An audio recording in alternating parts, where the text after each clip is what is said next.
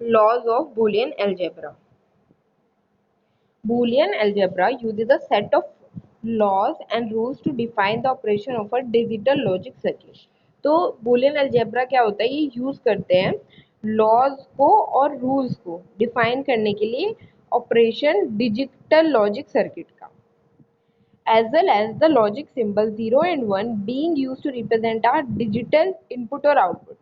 So जो symbol होते हैं 0 और 1 वो यूज होते हैं डिजिटली इनपुट और आउटपुट शो करने के लिए, ठीक है. We can also use them as constant for a permanently open और क्लोज सर्किट और constant contact respectively.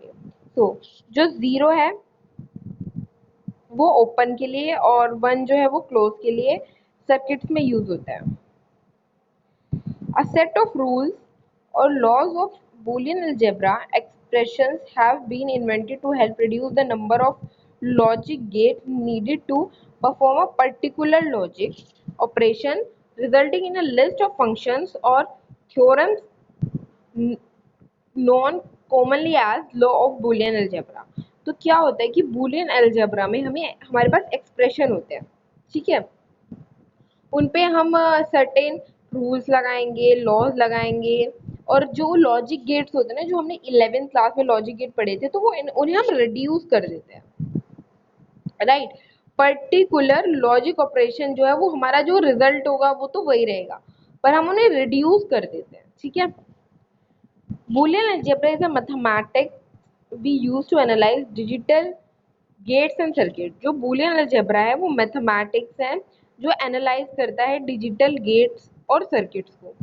We can use these laws of Boolean to both reduce and simplify a complex Boolean expression. तो हम in laws को use करते हैं analyse करने के लिए डिजिटल गेट्स को, सर्किट्स को, और लॉज ऑफ बूलियन में ये रिड्यूस भी कर देते हैं जो कॉम्प्लेक्स एक्सप्रेशंस होते हैं उनको, ठीक है. An attempt to reduce the number of logic gates required. तो हमें इसमें क्या होता है, नंबर ऑफ लॉजिक गेट्स भी जो है वो कम यूज करने होते हैं. Algebra is therefore a system of mathematics based on logic that has its own set of rules or laws which are used to define and reduce Boolean expression. तो जो Boolean algebra है इस वजह से एक सिस्टम है mathematics का जो बेस है लॉजिक पे, जिसके अपने सेट ऑफ रूल्स हैं, लॉज हैं, जिन पे वो वर्क करता है, रिड्यूस करता है एक्सप्रेशंस को, बूलियन एक्सप्रेशंस को, ठीक है. The variables used in Boolean algebra only have one of the possible values. तो जो वेरिएबल्स यूज होते हैं Boolean algebra में, उनके पास सिर्फ एक कंडीशन होती है, दो में से पॉसिबिलिटीज, या तो लॉजिक 0 लग रहा है या 1 लग रहा है. बट जो एक्सप्रेशन होते हैं, but an expression can have an infinite number of variable all labelled individually to represent inputs to the expression. जो एक्सप्रेशन होता है उसमें इन्फिनाइट नंबर ऑफ वेरिएबल होते हैं, सारे लेबल्ड करते हैं, इंडिविजुअली रिप्रेजेंट करते हैं इनपुट्स को एक्सप्रेशन के. For example, variables a, b and c etc. giving us a logical expression of a plus b equals to c. But each variable can only be a 0 or 1. देखो सुनो, इसमें एक हमारे पास expression है कि a plus b equals to c, right. तो हम इसमें कितने भी वेरिएबल्स यूज कर सकते हैं, पर जो इनकी वैल्यूज होगी ना, a की दो ही वैल्यूज हो सकती हैं 0 या 1, b की भी दो ही वैल्यूज हो सकती हैं 0 या 1, और c की भी दो ही वैल्यूज हो सकती हैं 0 या 1.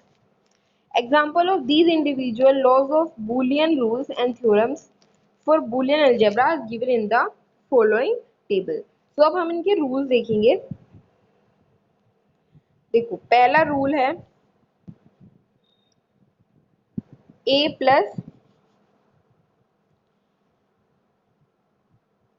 plus 1 equals to 1. तो अभी मैंने आपको बताया कि वेरिएबल्स के जो हैं वो दो ही होते हैं, यानी दो में ही होता है 0 या 1. अगर हम 0 या 1 में से कुछ भी 1 में प्लस करेंगे तो आंसर तो 1 ही आएगा. क्योंकि ये 0 और 1 पे वर्क करता है। तो इसका पहला रूल है a in parallel with closed, right?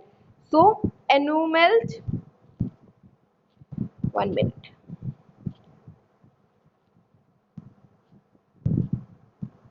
ठीक है? तो ये इसका पहला है। नाउ सेकेंड, अगर हम 0 को किसी भी नंबर में ऐड करेंगे, या तो वो 0 हो या 1 हो, तो आएगा तो वही नंबर ना। ए की वैल्यू यहाँ पे 1 हो या 0 हो, वो ही मैटर करेगी, क्योंकि हम 0 प्लस कर रहे हैं, राइट? अगर यहाँ पे ए 0 होगा तो रिजल्टेंट 0 आएगा, अगर यहाँ पे ए 1 होगा तो रिजल्टेंट 1 आएगा। A in parallel with open a, right? यहाँ पे ओपन ए है, this is identity rule.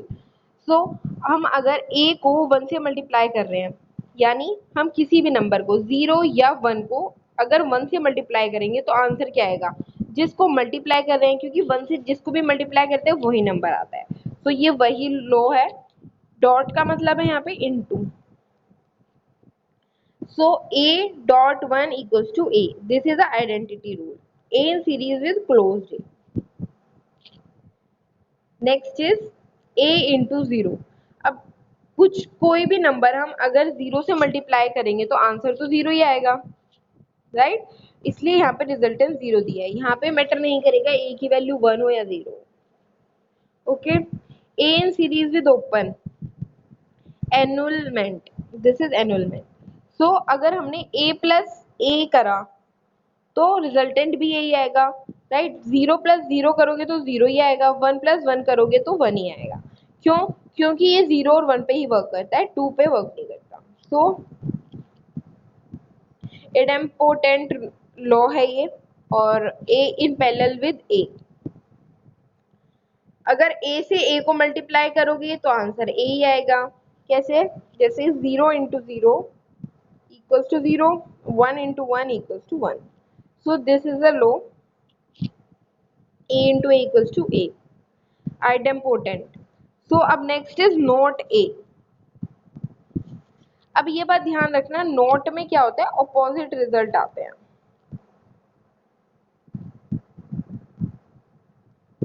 Result, ठीक है?